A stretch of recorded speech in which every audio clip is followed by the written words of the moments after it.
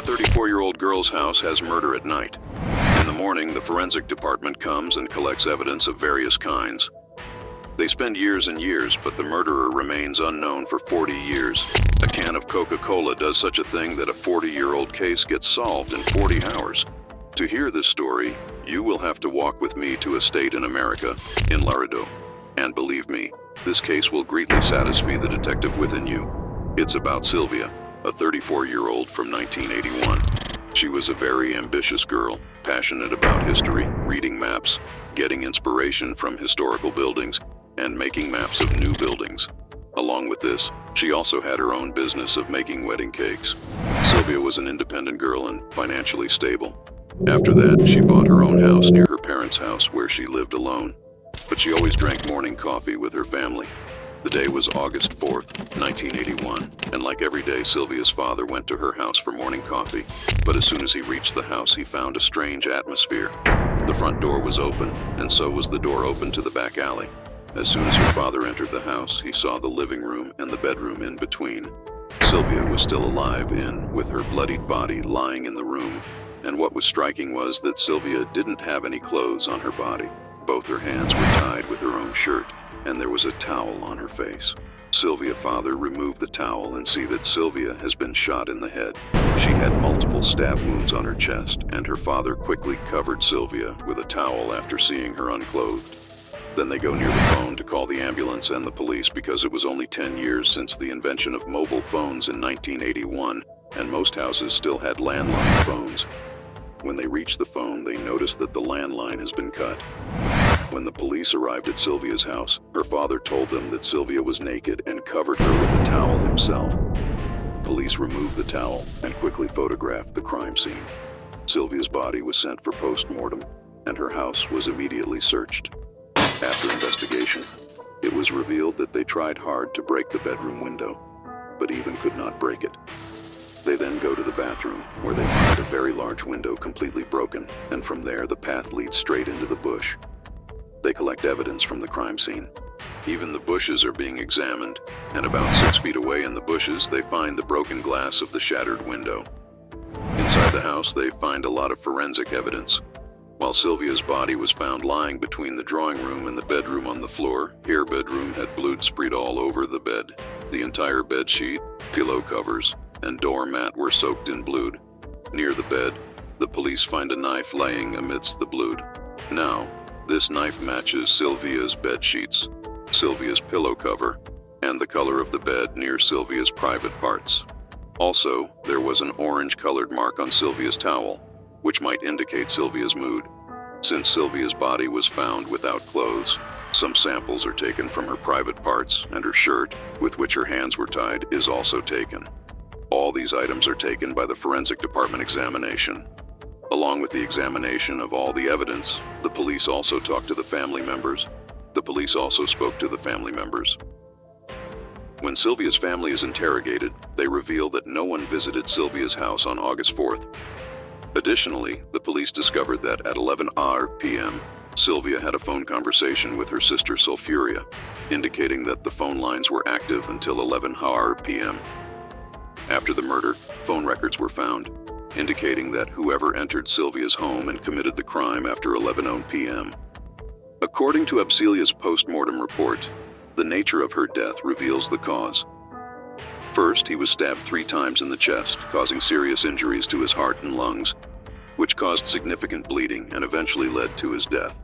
Second, a bullet wound was found on her forehead, and swabs recovered from Sylvia's body indicated sexual assault. Silver bodies were found along with semen samples on pillows, bedsheets, and towels. Additionally, there were red marks on Sylvia's neck, indicating that an attempt had been made to break Sylvia's neck. The autopsy revealed that Sylvia made considerable efforts to save herself, as evidenced by the broken fingernails used to save herself. However, in 1981, science had not advanced significantly enough that forensic scientists did not have advanced machines that could examine everything in such detail. Therefore, the investigation dragged on for 2 years until 1983, when there were some improvements in forensic science. An alternative light was developed that could reveal DNA with great precision.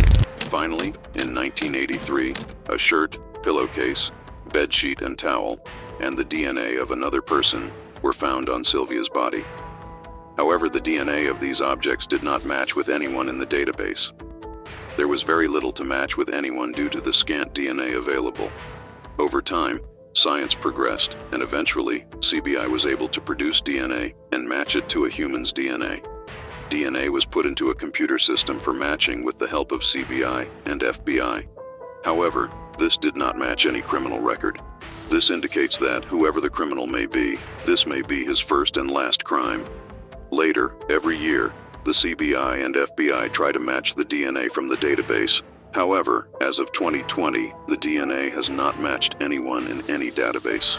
In 2020, an organization called United Data Collect emerged, which stores human DNA samples for health-related research purposes. Now, with the help of the CBI, they have matched the DNA found in Sylvia's house with the DNA in their database. The DNA matched DNA from the family tree found in Sylvia's home. With fewer people in the family, it becomes easier for the police. Gradually, the police eliminated all but one man, a man who lived about 20 kilometers from Sylvia's home and whose name was Nebras. Now, the police have started investigating his building. One day when a man went to throw garbage near his house, the police used this connection. Police picked up the bags and took them to forensic investigators. In one bag, there was a bill with her email address and a list of items purchased. Among the items purchased was a can of vanilla-flavored Coca-Cola, which was found in the same bag. Police scanned the DNA from Sylvia's home and matched it with the DNA found on the bag. The police went back to the building and caught him and brought him to the police station.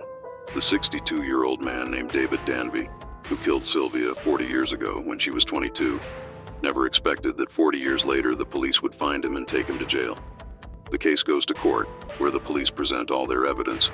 However, there is a twist in the story when David claims that Sylvia's boyfriend, who was very aggressive and had assaulted Sylvia several times before, was the one who killed her.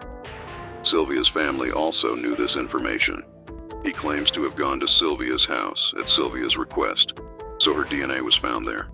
He accuses the police of not properly investigating Sylvia's boyfriend, alleging that it is a plot to escape punishment, because the forensics department found only two types of DNA around the crime scene, one from Sylvia and the other from David. As a result, David was sentenced in 2022 because all the evidence was against him. But why he attacked Sylvia's house like this is still not clear officially. Nevertheless, the police believe that David went to Sylvia's house for sexual purposes and then sexually assaulted her. While Sylvia received justice, her parents did not live to see it. Today, only one younger sister remains from her family, who is already married. After hearing the verdict of this case, the judge gave a funny speech. He said, "If someone is a victim of crime, you are not alone. Police and forensic checks will definitely help you, and you will definitely get justice." He added another line saying, "And for those who have committed crimes and escaped punishment so far, never think you've escaped for good. The police are coming for you." If you are interested in true crime stories, then you can subscribe this channel. And if you find this case interesting, then like the video.